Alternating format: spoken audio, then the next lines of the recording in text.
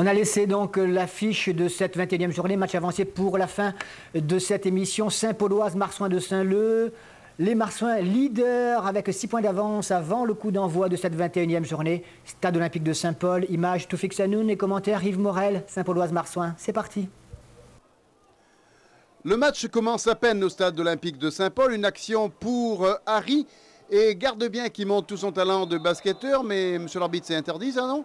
En tout cas, carton jaune, bon, ben, c'est pas bien grave puisque le tir de Raffion va être dévié par une magistrale claquette par l'excellent Philippe Var, sans doute l'un des meilleurs gardiens du championnat avec Gorée. L'autre gardien en face, Campamae, va quelque peu bégayer avec le ballon, mais Bastin va arriver trop tard. En tout cas, Campamae, on retrouvera au cours de la seconde période, puisque la mi-temps sera atteinte sur le score de 0-0, avec une action individuelle pour Nabot, le Mauricien de l'équipe de Saint-Paul. Une belle action, et le gardien de l'équipe de Saint-Leu va dévier le ballon en corner. Action justement maintenant pour l'équipe de Marsouin, une action où on va voir Gardebien montrer encore un cafouillage qu'il va se faire lui-même. Ben quoi, je me suis emmêlé les pinceaux, et vous croyez que ça mérite un penalty? Ouais, j'ai touché le ballon de la main, mais je n'ai pas fait exprès quoi. En tout cas, le penalty sera tiré par certains qui avaient marqué un mercredi contre la possession. Et du même côté, il donne l'avantage à ses coéquipiers.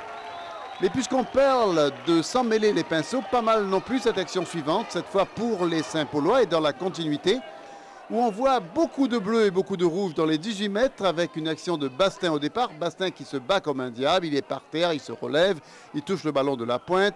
Bref... Après ce cafouillage, c'est Falaris qui va hériter du ballon après ce tir de pède. Et calmement, il va égaliser pour son équipe 1 minute après que les Marsouins aient pris l'avantage. Beaucoup de buts au cours de cette seconde période. On va penser que le match sera équilibré. Eh bien, pas du tout, puisque les futurs champions de la Réunion vont prendre l'avantage sur cette action.